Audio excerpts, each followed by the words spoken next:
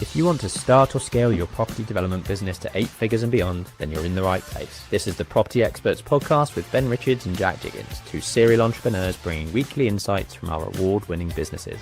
In these podcasts, you'll learn how we found, funded and delivered over £80 million worth of property in the last 6 years, with templates you can use, deal analysis and deep dive discussions that will help you build your businesses successfully. We hope you'll enjoy.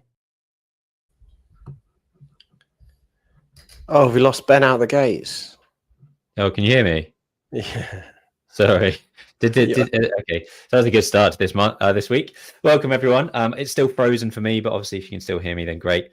Welcome to this week's episode of the Property XPerts Podcast with me, Ben Richards, and Jack Jiggins. We've got some fun stuff coming up in this episode, so do stay tuned. If you don't know anything about us, we are property developers. We're based in London and the home counties, and our goal is to create 1,000 homes and £1 billion in property over the next however many years, working with property investors like potentially yourselves.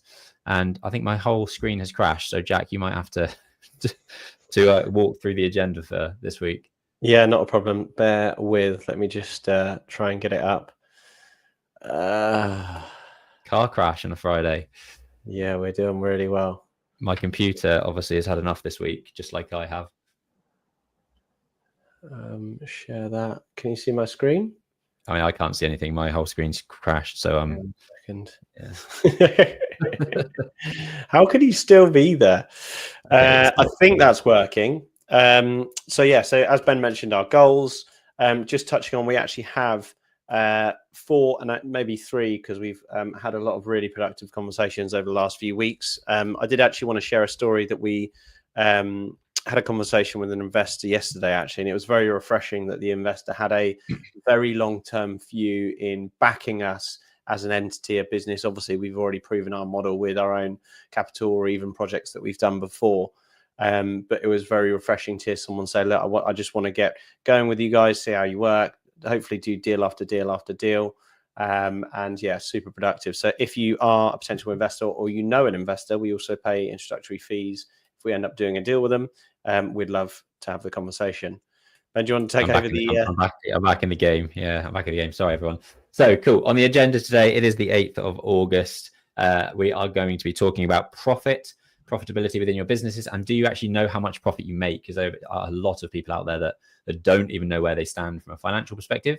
Dialing down your competitive advantage to buy more sites. Everyone wants to buy more sites. The only 2 things we get out of bed for are sites and money. So you always need more and more sites in your pipeline. The XP bond, what is it? We'll find out later. De-risking, a variable scheme. Jack's got some interesting insights into some of the things that we're looking at the moment. And I've actually had some positive news from Building Control Land, which if you've been tuning in over the last 2 or 3 months, most of the time I'm having a rant about how poor the building control process is. And this is sort of a backhanded compliment, to be fair, to the building control industry, but we'll get onto that. Why every business needs a cash flow and break-even point really kind of goes back to point number 1, which is about profitability. And then ChatGPT, the quantity surveyor. I've been having lots of fun this week with ChatGPT and utilizing AI in my everyday life. And this was incredibly powerful. And I didn't really think it would be as good a response as it was. So I'll be talking you through some of the conversations that I've been having with ChatGPT this week. And then to outsource or not to outsource, that is the question.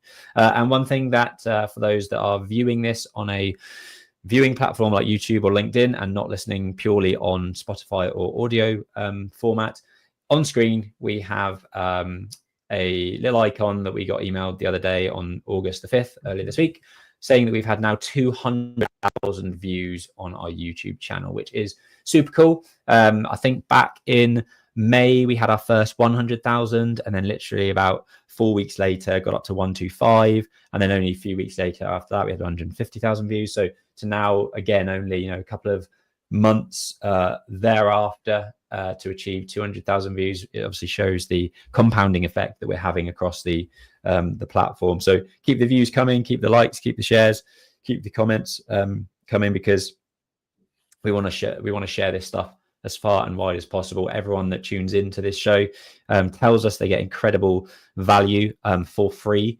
probably the best place to get free advice within the property development sphere at the moment. And we want to share it as far and wide as possible. So moving on to point number 1. Selling out Wembley twice. Yes, exactly. Yeah. JJ and BR headlining. Yeah.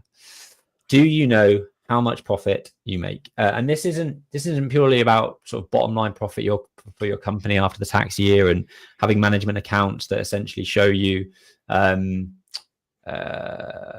essentially show you kind of month by month what your take home is from a net profitability perspective. I wanted to talk about getting more granular and getting more nitty gritty with it, because I've been having these conversations recently within Aura. And although we've got a very good set of management accounts at the moment, we have a bookkeeper, a financial manager, oversee and create a full management pack every month of profit and loss, balance sheet, forecasts, all that good stuff that we talk about almost every week. But what I've asked now to drill down into the detail of is actually what is the profitability of each of our products, because actually I'm not entirely sure as a granular department by department basis whether we are profitable across all of the different types of services that we offer. So for Aura, that's things like interior design, the planning process, the building regulation packages. Are we profitable during the build out, i.e. the contract administration that we do? Are we profitable in those areas of the businesses specifically? Because at the moment, it might be that we're running at a loss to win the projects, to get them through the planning process, and we make most of our margin taking it through the technical design. It could be the other way around. Actually, we're really, really super efficient at the concept and planning phase, and then we're taking too long with the technical detail. I don't know that level of detail at the moment within the business. And I think that's a massive leaky bucket for us, because if we don't have tight controls on that, you can't improve what you don't measure. So yeah, I feel like at the moment we're a little bit in the dark in terms of which parts of the business we are profitable in, which parts of the business we're not. And I would implore everyone to kind of start thinking about that type of thing within their own business. Do you have a loss leading kind of entry level service that just gets people through the door, which actually a lot of businesses will do? They'll make sure that the initial package at £69 or £197 plus VAT is purely to get your customers through the door, and then really where they make the margin and the profitability is later in the services that they provide later down the line. And that's that can be part of the funnel that you create within your business and the offerings that you provide. Obviously you can't sustain too many of those upfront loss-making projects if the services later down the line are also making a loss or struggling to generate any profit. Jack, any thoughts on that? Yeah, I know. I completely agree. I mean, it's going into, so I actually do a lot of this stuff with my wife's business because she's selling cooked meals, and I find it absolutely fascinating breaking down each meal cost per meal and actually where she makes the money. And that is speed and delivery of actually getting the thing cooked, and equally the cost of what's going into it. But then you may go someone that orders a steak meal, which they lose, whether their margin isn't as high, but then they order some other things around it. So understanding that context is really, really important, and enables you. I mean, we do it in our business coaching where we kind of analyze.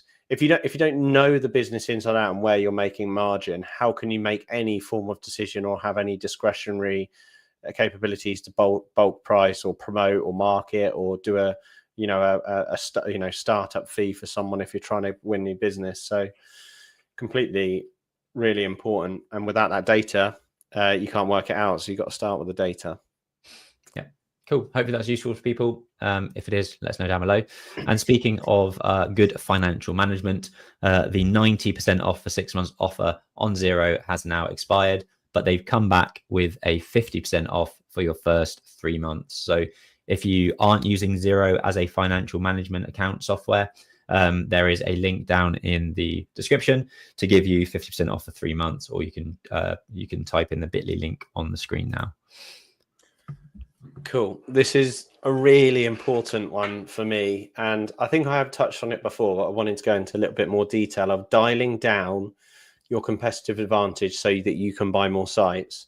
And this has become more and more prevalent as I'm training our new acquisitions guy, Stephen. Well, he's new to us, but he's experienced in the field, about what our competitive advantage is. He may already come with a lot of accumulated value in understanding projects, but one of the main reasons you're not securing deals, if you're listening to this and you're thinking, I haven't got a good pipeline, I can't find the projects, is predominantly because you're wasting your time on the deals that don't actually cater to your skill sets the best.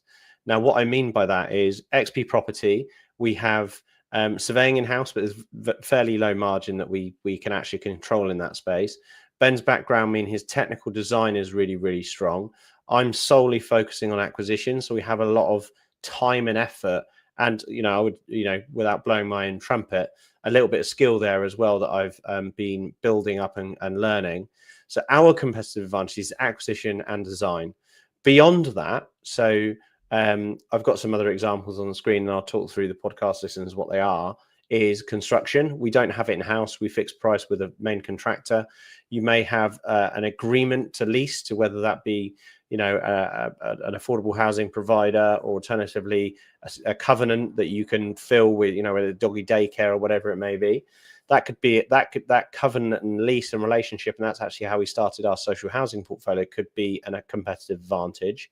Funding, you might have cheap lines of funding. We've met some people in the market that just have a revolving credit facility at 5%. We can't bid as much on sites as they can because their competitive advantage is funding. And then last but not least, sales. Typically people from an agency background or an interior design background going into property development do well on sales. So you may have some other areas that you have a strong skill set in and others that you're weaker, but you have to analyze what yours are. So have a think to yourself, what are my areas where I'm really good, where I'm at my best, where I'm looking at the plethora of acquisitions, design, structure, funding, planning, construction, and then sales. And then once you understand your competitive advantage, you can then kind of tailor spending more time on the better deals that are easier to create margin. So because we have fixed construction costs and we're typically good in acquisitions and design, permitted development schemes work really well for us because we don't have to forego all the costs to get out the ground and build the substructure. Therefore, we've already got that advantage that if we're buying a commercial conversion, over 50% of the work, maybe even more, maybe even 70% of the work getting it watertight is done, and it's a fit out. So that's negating one of our least competitive areas, which is construction. Obviously, there's some design now that then goes into the floor plans and how we play around with that. Me, given the time and the skill that I have to find these buildings and negotiate them, is then warranted by that. And that's an example of how we cater for what our skill set is. If you are a contract developer with a construction team, you might be able to buy a fully consented site that doesn't need any design plan changes, which is what the opposite of what we're looking for, because you can build it out significantly cheaper. And equally, if funding is your, I would say, competitive advantage, you could potentially buy buildings that need a lot less work or a lot lumpier, longer delivery projects better than we could, because we would be accruing a higher cost to take on an asset where there's limited value to add. So I thought that would be worthwhile saying. So an exercise for anyone struggling to acquire properties and create value in the deal using your strengths. Think, what are my strengths? How can I then replicate that in the acquisition space and ensure that when you're, it kills me to think that if you had, for example, let's just assume you had an architect that was just trying to buy sites that were already consented, where is the value creation there if there's no value to be added? Or equally, if you've got someone that's really well backed, looking for the best margin possible through planning and construction, when actually getting the money out the door and getting a return on it might be a better route to cause. Equally, if you're buying a social housing portfolio or doing social housing, maybe a sales acumen for private sales is lost there. So you're not really going to be adding your markup on that scheme. So think about where your markup is added. Make sure the schemes that you're looking at really do drive those values into the project to give you the best chance to get to the best price to ensure that you secure that deal. Nice, solid advice. On to point number 3, which is about an XP bond. What are we talking about? And Jack and I were joking about this photo earlier. but given that I've got the lovely round curves of a female in this image. But ultimately, the bond that we're talking about is a financial instrument that we are considering looking at, and this was more kind of opening it out to the audience, getting your opinion on whether or not it would be something you'd be interested in getting involved in. So we've essentially turned away money over the last probably year and a bit because the types of projects that we're now doing are larger than the types of schemes that we used to do when we were able to place 50 to 200 to 300,000 pounds worth of investment from our friends, family network, and wider kind of investor base. This types of schemes that we're looking at the moment are, we need 2.4 million pounds for one of our schemes. We need 2.2 million pounds for one of our schemes. And we don't want to be, we can't really be sort of pooling lots of individual smaller investments up to make that level of investment. It has to come from one individual, one fund, one family office, one high net worth individual into the scheme as a JV partner, unless we create some sort of bond structure that has gone through the Financial Conduct Authority, has been created in a way whereby all of the documentation, marketing material is satisfactorily worded in terms of the relevant risk warnings and all the other stuff that's going to have to go into it. So if you followed our journey over the last 7 years, you'd have seen that the very first scheme that XP did was via a crowdfunding platform. It was something that we were new to, and ultimately I think we had 52 people invest in our £350,000 raise via this crowdfunding platform.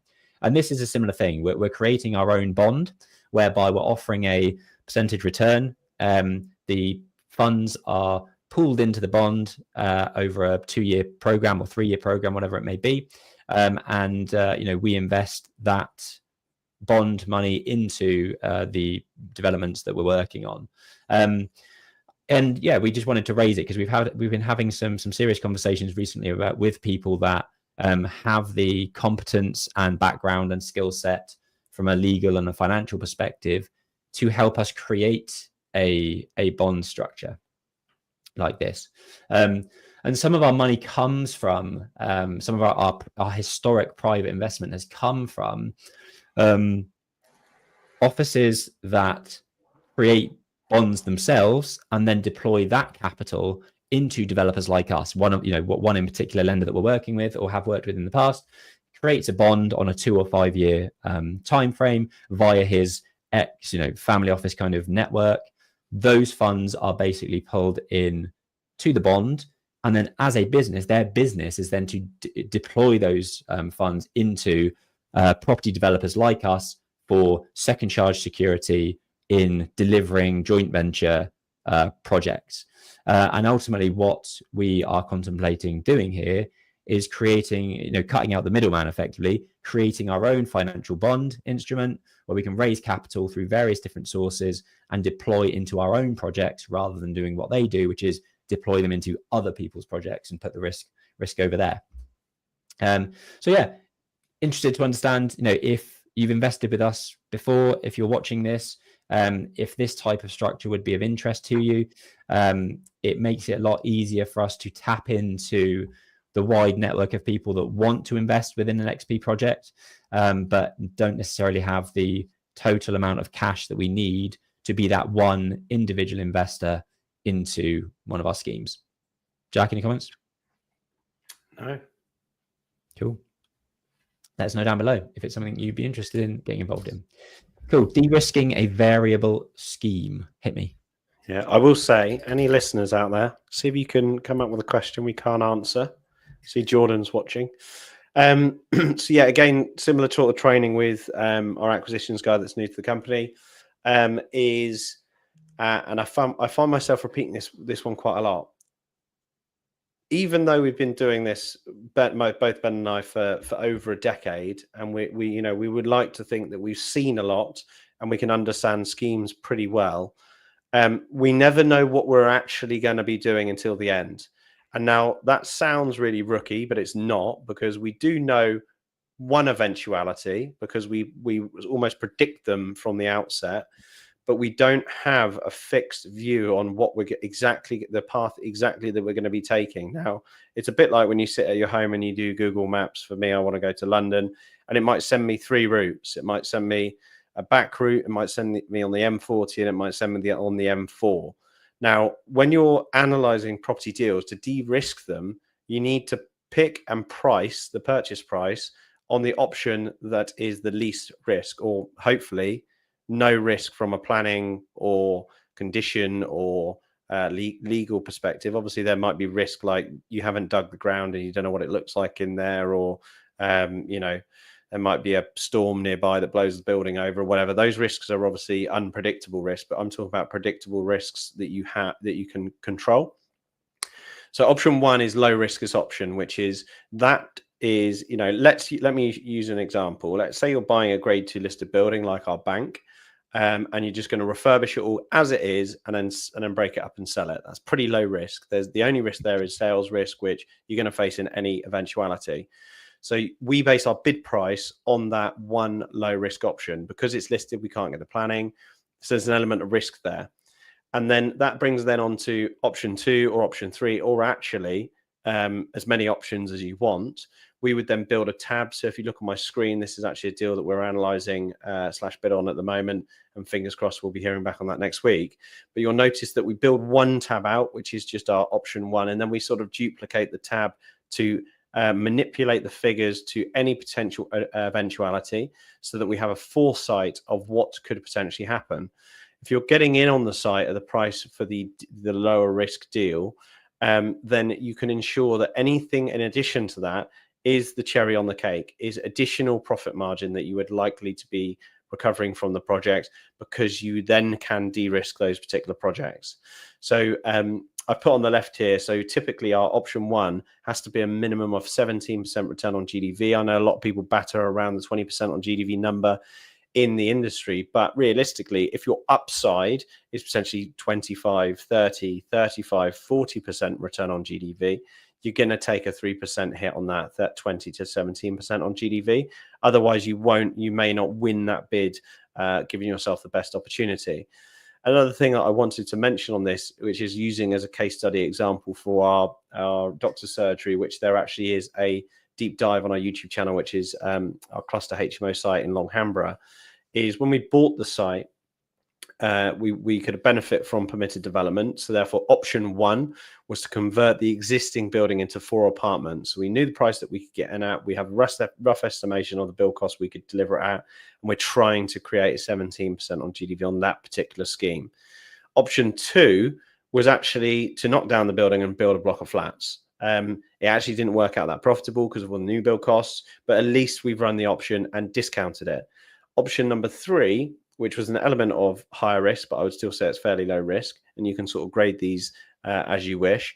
We could potentially do an external planning application to increase the massing with 2 large dormer-esque, well, they're actually kind of gable end extensions, and then get a 5th apartment within the building. But we couldn't pay for the building on that valuation of the site. We had to pay for it on the 4 units. So the reason why this is relevant is I was chatting to an old friend associate who's kind of taken a step away from property, and called me back yesterday and was like, I haven't caught up with ages. I'm bidding on a HMO. I think I can get an 8 bed out of it, but obviously it's sui generis planning. And I said, well, how does the numbers work at 6 beds? So you don't need the planning. And he sort of said, yeah, it's okay. And I was like, well, I wouldn't be comfortable buying a property with that element of risk unless it's subject to planning. Obviously, you can do a subject to planning bid without having the comfort of that de-risking. So when you're looking at a deal, look at all of your options, value the risk on those options, and make sure you're getting it over the line at the price that you don't have subsequent risk that you may end up overpaying for the site, and only to find out that you can't get the relevant consent that you need or get the result that you need with the conditions attached to the site. That's pretty much it. We love a few tabs though, don't we, Ben? Yeah, too many. Yeah. And then you start color coding them, and then the color coding kind of overlaps with the new ones, and you lose which ones are actually relevant to the new ones, not the existing ones. And yeah, it becomes a nightmare. But yeah, part of the fun. Cool. I'm going to skip past these. Actually, I'm not going to skip past that one. mentoring wise, we have continued to be very, very busy over the last sort of month with one-to-one consultancy. We, in the background, do have some very exciting news, which we have spoken about briefly before in terms of more of a structured 12-month program that XP are working on in the background in conjunction with another partner. So do stay tuned to that. If you want some more information on the 12-month program, get in touch. Or if you just want some ad hoc one-to-one advice, then reach out. I've been in contact with somebody this week who's had a few issues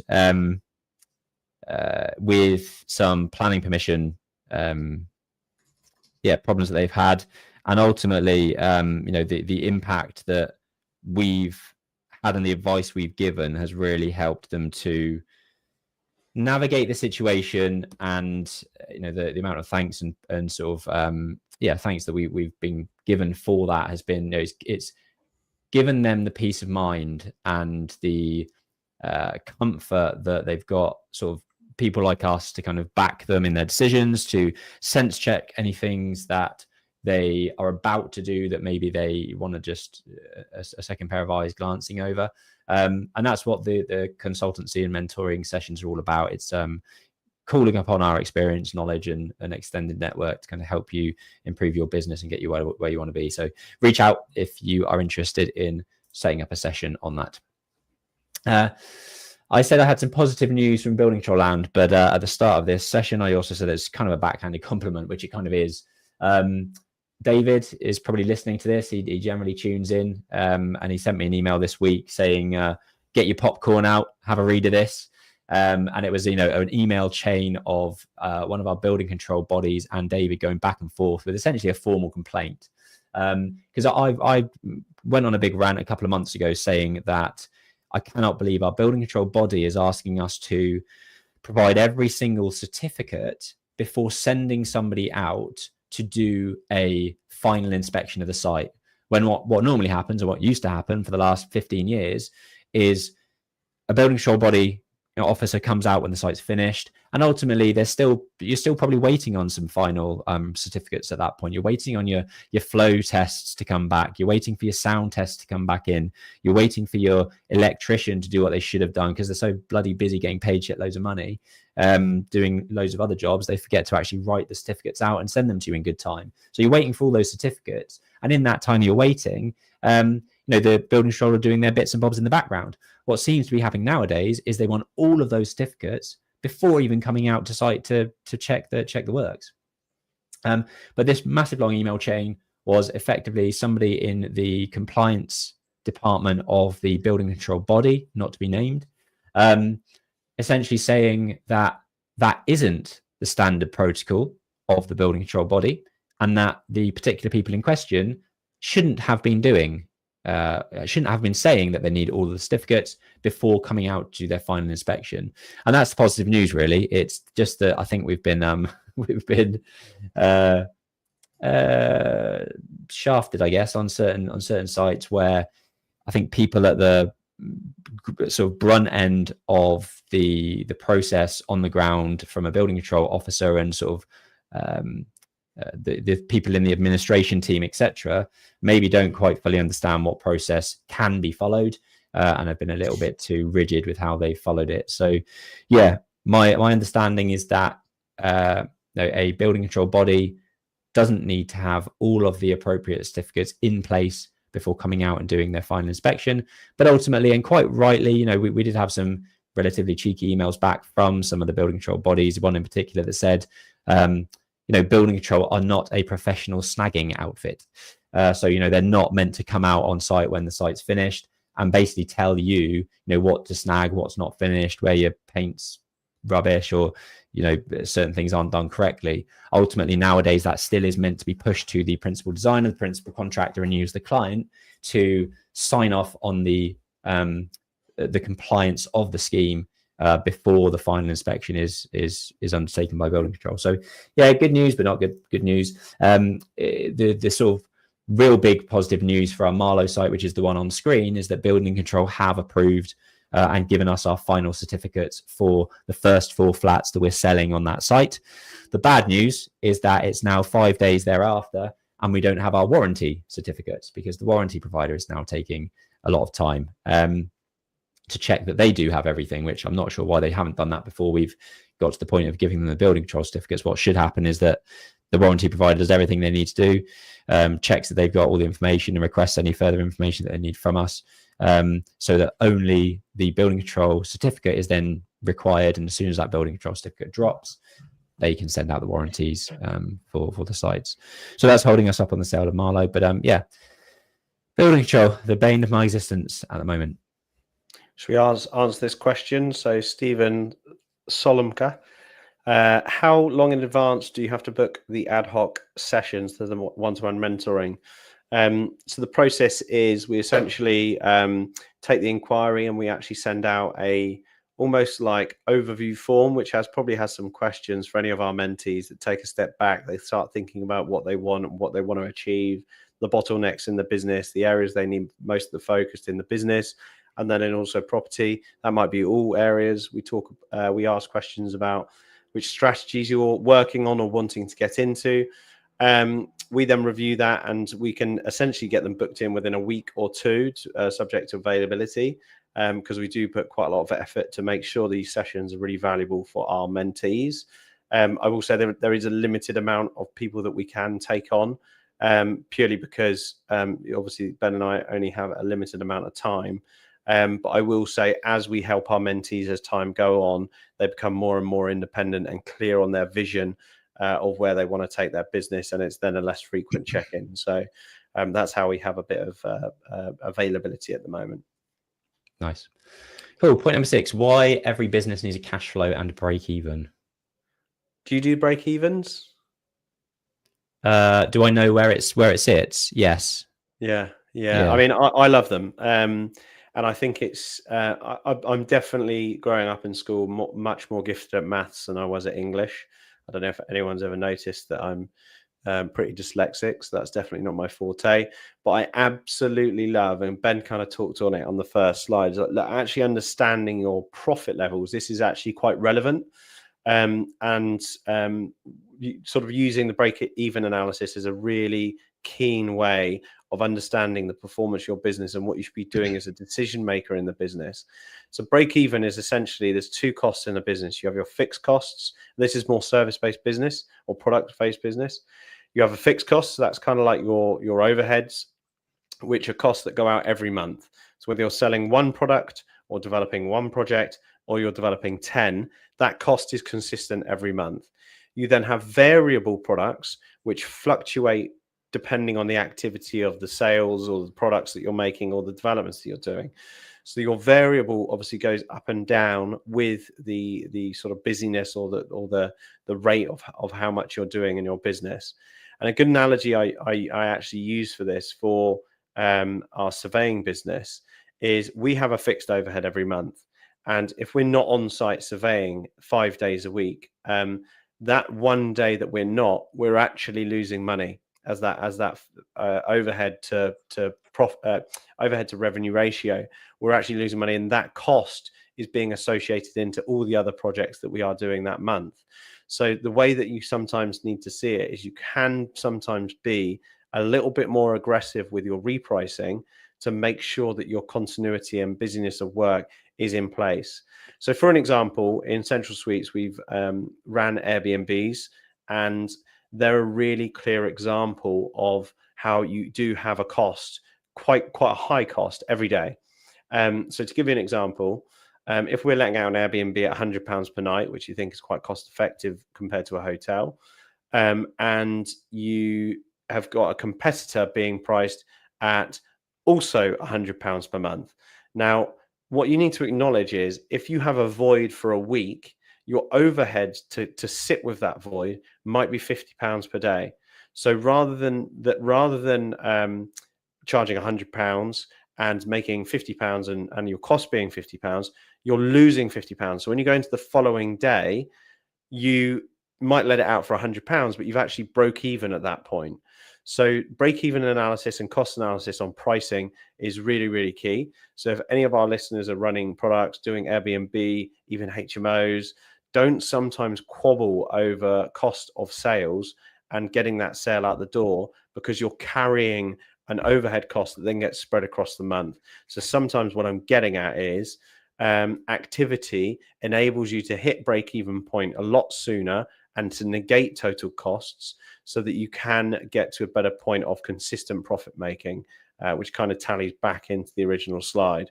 It's quite difficult to work out break-even. Well, it's not difficult to work out break-even, but to break even on a development is basically you make no money, and that's a really bad place to be, and also not really that relevant data, because I would rather stress test the deal, and our stress test metrics are drop in GDV by 10%, increase in build by 15%, and duration of the project takes 50% longer.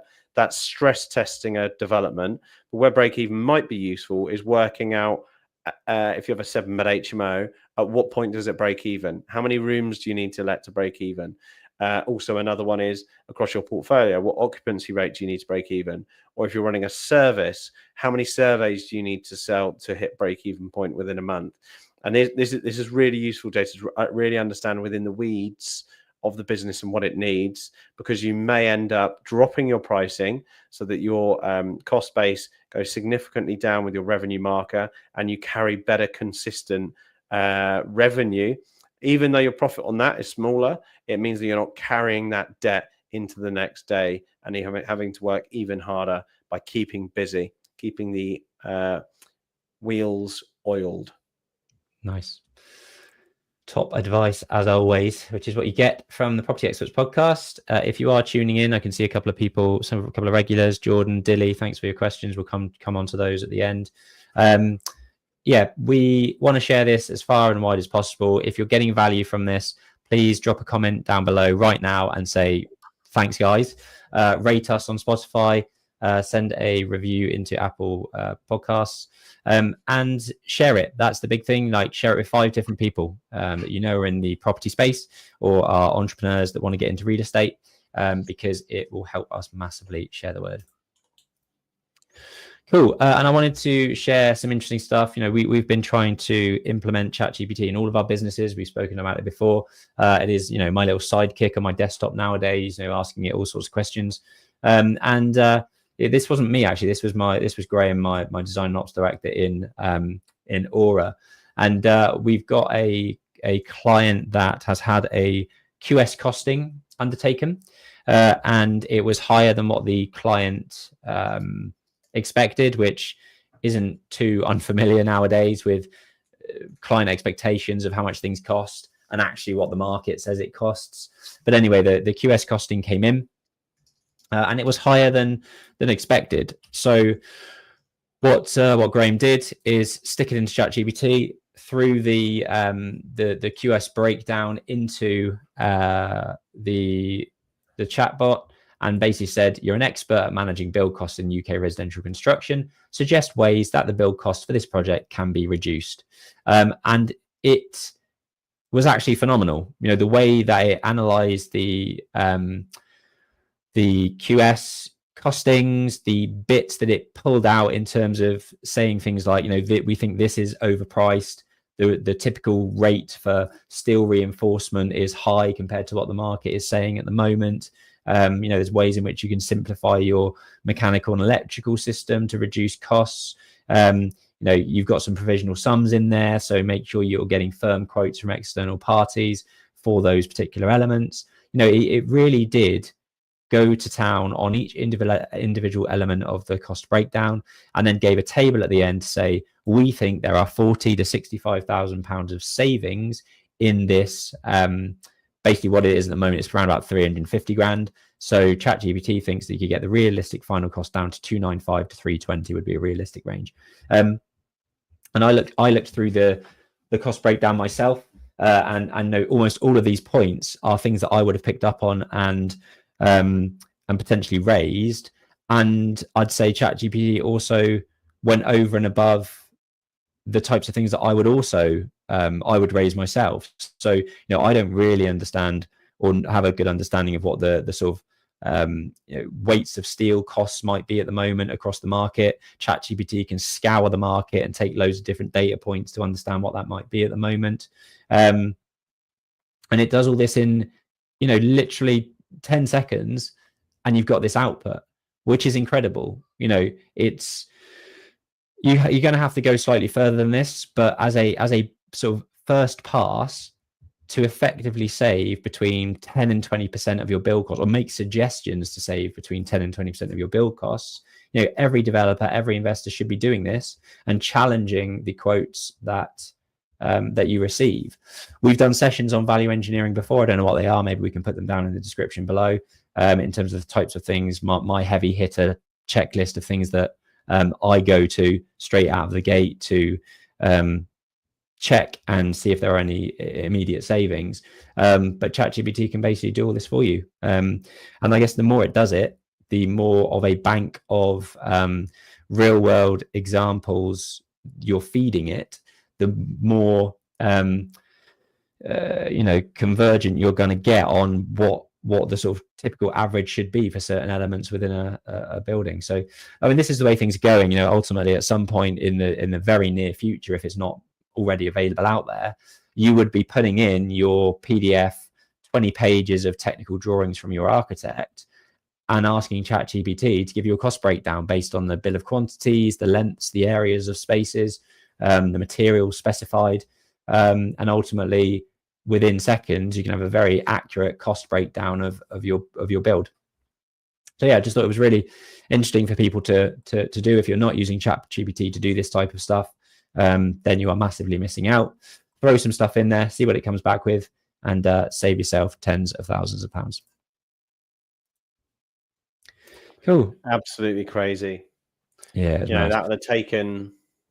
It would have taken me probably 2 hours to properly go through it line by line, check some other costings I've got. So yeah, awesome. To outsource or not to outsource? Yeah, I mean so being an entrepreneur, don't know why I shook around like that. Being an entrepreneur, you are encouraged to always outsource tasks which maybe not be your skill set, or alternatively a lower cost to your hourly rate. And that's something that I actually recommend. I talk about high value, low value tasks, which Daniel Priestley talks about in the art, and so on and so forth. But Central Suites has had an absolute shit show of our recent bookkeeping. And when I say recent, in the last 16, 17 months. And it's made it really difficult. We know that there's the money in the business because we look at the bank account and there's still money in there, right? So you can kind of monitor it very crudely like that. But the problem we have is we can't look to resource in-house team members to grow the business. We can't look at, we're in that business and we're kind of under-resourced, in my opinion, against our sales. So if we're in XP surveys, we've got more people wanting surveys than we do have surveyors. That's not the case. We in XP surveys can have the transparency on our numbers to make decisions to bring in more members of the team. We've struggled with that in Central Suites because we don't have that financial clarity, and we actually put in UFD to build all the templates, which they did. Then our bookkeeper let us down by not using the templates to give us the foresight that we need. We've now moved to a new accountancy, and we're struggling to still get there. So with one of the interns, I just thought, you know what, fuck it. We're just going to build our own future forecast and cash flow for the business, because even though I would love for them to do it, they're the numbers people, they're the finance people. Sometimes you just have to take some tasks into your control if they're a matter of urgency, because we need to see what's going on in the business. And it has been there, it's just not been consistent. And also I can't drive forecasting cash flows for the next few years in the business to understand what we can actually do and what we want to, where we want to be going as a business. So sometimes you just need to take control of the situation, sort it out yourself. And that kind of applies across the whole board, because sometimes, even though it's a small task, it's sometimes easier. And we've had it before when we're trying to get contractors or builders back to a site just to do a really small job. And it's almost impossible to get someone there because there's not enough work for them to get excited about it. And you've really got to beg and plead for someone to get to site to do it. So sometimes you just have to get back in the weeds and get your hands dirty and build a spreadsheet out that should be pulled together by accountants. And that's just reality. So sometimes you've got to take control of those situations. And also understanding that spreadsheet is also really important too. Nice. Just I missed Jordan's comment. Have you tried using Google LLM OneNote, similar to ChatGPT, but you can upload Google Sheets, PDFs, etc., and it pulls info from your uploaded sources. Really good for project management briefing notes. No, we haven't tried that. I haven't tried that. Jack, have you tried it? No. Google LLM. We'll look that one up because we're always open to new AI. I've tried Grok quite a lot, but not the Google model. Cool. Sounds good. And some big news, which we are very, very happy to share now. We are sharing it far and wide. So, if you could do the same thing, if you see on our Instagram, and on LinkedIn, us post about this, please share it with your network. We want to make it as big as we possibly can. For the last 2 years, we have kayaked 61 kilometers in a day for charity. So the charity is Charity Mind, all about mental health awareness.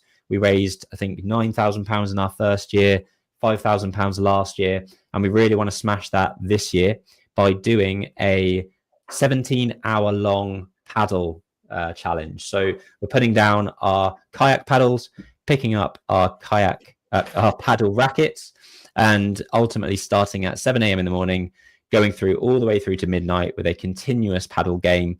And we want people to get involved. So obviously the core XP Property, XP Surveys, Central Suites, and Aura teams will be predominantly getting involved in the games, but we want everyone to have a stint if you can. If you're interested in joining us for just a social, for nibbles, for some drinks, to say hello to some other property people, that is absolutely perfect as well. But if you also want to get involved in some of the day, jump in on a court, pick up a paddle, have some fun, get involved in the charity challenge, then we would love you to do that as well. Hopefully in the description below, or if it's not down in the description, we can put it there. We will put a link to a Google form. If you're interested in joining us on that day, fill out the form. Tell us whether you'd be interested in picking up a racket or just picking up a pint from the cafe, and a time slot that you'd be interested in. I would imagine there's not going to be many people joining us between 7 and 10 in the morning, or between 9 and 12 in the evening, unless you have had a few beers throughout the day.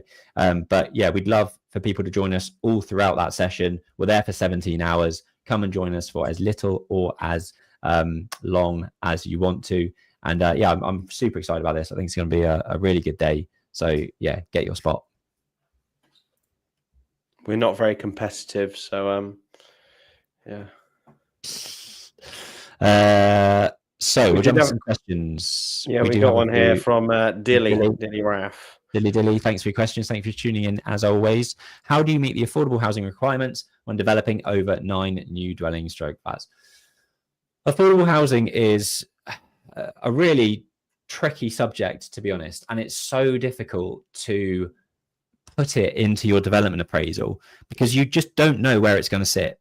Now, what you do know is the expected proportion or percentage of units within your development that the council are going to want you to contribute. So, for example, an average council probably has a 40% affordable contribution for anything over 10 units, which is a major scheme. If you tuned into the session either last week or the week before, or if you didn't tune into it, go back and listen to it, because I did talk about some of the potential upcoming changes to the planning process that may help this process by having minor schemes up to 9 units, medium schemes between 10 and I think it was 49, and then major schemes which are 50 unit schemes and above, and having different criteria for each of those different elements. But at the moment, anything above 9 requires predominantly a affordable housing contribution. Let's say it's 40%. So if you are delivering a 30 unit scheme, then 12 of those units need to be either on-site affordable housing. So 12 of the 30 units need to be built as affordable and handed over and sold to a housing association, or you provide a financial contribution to account for those 12 units. So the equivalent cost of providing them, you would provide a financial contribution for, or you would have to undertake a viability assessment. So there are Section 106 affordable housing viability surveyors, consultants out there that would run all the calculations effectively. If you're not generating, I think the figure is a 12 or 15% profit margin on your scheme when factoring in affordable housing, then you can limit the amount of affordable housing contribution or financial contribution you give based on that viability assessment. Now, there is scope for the council to claw back some of that, depending on where the scheme actually ends up. And it's a very, very complicated process, if I'm honest, one that we've had not a lot of dealing with, because we generally either work under permitted development. So our 23 unit scheme, for example, 0 affordable housing, 0 CIL, community infrastructure levy, because it's part of permitted development and that doesn't have an affordable housing attribution. Whereas if it was new build, then that would be a completely different scenario. Of those 23 units, we'd probably be giving away 40% of those for affordable housing. So it's a very, very complicated process, Dilly. We find it really tough to calculate and deal analyze larger schemes that include an element of affordable, because normally to take a very, very rough back of the fag packet type calculation, you may only get 65 to 70p on the pound for the affordable units that you are creating on site. Effectively, you're building them for free. And I think that, not a lot of people really understand how it all works. And there'll be a lot of NIMBYs and developer bashers out there that say, developers are just trying to get out of paying affordable housing and not providing the social housing that this country needs. But ultimately, by including that level of social housing on a scheme, it may not be financially viable to deliver. And that's why you have the financial viability assessment to actually look at those figures and assess whether or not the scheme is profitable. Because if it's not profitable, there's no point in doing it. It's as simple as that. Like, developers aren't going to be incentivized to bring forward schemes, private resi schemes, where there's no profit margin, because that's what they're in the game for. That's what every business should be doing. You cannot sustain a business without profit. So yeah, hopefully that was useful. I don't know if you actually touched on it, but Dilly has assumed that in this whatever region Dilly's referring to that is over 9 units.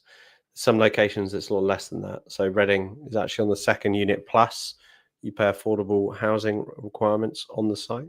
Yeah, it's a good point. There are some very, very sneaky councils out there that slap a local policy that does require affordable housing on lower than 9 units, which is madness. Dave's got another good question. Thanks for throwing those in there. Do you have NHBC warranty, or do councils now provide warranty cover as well alongside the building regulation checks? Local councils generally do not provide warranties. There are some building control bodies that provide warranty cover. So Premier Guarantee, for example, will both produce the warranty and the building control services. NHBC I believe are the same thing. So yes, they would provide both the warranty and the building control services. But typically when we're working on most of our schemes, we have a separate building control body doing their checks, and then we have a warranty provider as well. There's pros and cons to both, I guess. I mean, one of the pros is that or pro and a con at the same time, but having 2 different sets of eyes looking at your scheme, making sure that you are compliant in every aspect, which from a financial and a time frame perspective might be bad for the developer, but the ultimate goal is to create a safe safe, compliant and sustainable development that's not going to break in 4 years time and the warranty have to be called in and cause structural issues and rectification down the line. So you do want eyes on it. You do want checks being made. That's why you might have a site foreman overseeing things on site. You might have an architect doing contract administration and overseeing it from a client side perspective. You might then have building control looking at it. You might have a monitoring surveyor also kind of chipping in with their feedback, and you might have a warranty provider as well overseeing and checking from a warranty perspective. So I think more eyes is good, and you're not learning anything step through the cracks.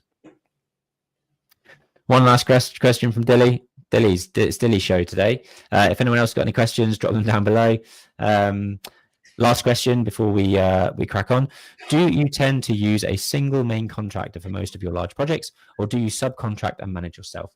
We use a main contractor. We push push that risk with a JCT contract over to a main contractor, let them manage everything on site, and we just oversee. There's only one project at the moment that we have potentially in our pipeline that we've considered more of a contract management procurement method, which is essentially your final point in terms of subcontractors and managing ourselves. So we'd package up the individual dry lining package, the MEP package, the paintwork package, the joinery package. So we would package them all up into individual subcontracts, and then have a site manager or a QS or a contract manager oversee that process on behalf of us as the developer. You're sort of flirting with the idea of essentially being a contractor at that point, and it does come with its own risks and challenges. But I think it can suit certain situations. I think it can save you a lot of money, because ultimately you are not then adding the overheads and profit from the main contractor, potentially saving yourself 10 to 15%. But it comes with its own hassles. It's internal management for you.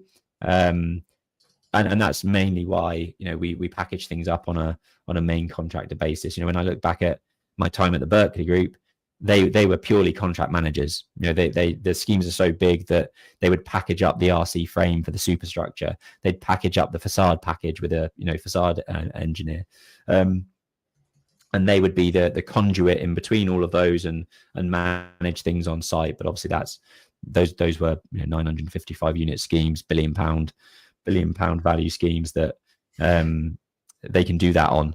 But even on our size of projects, using main contractors is our preferred method at the moment. Cool. Jack, anything else you wanted to say?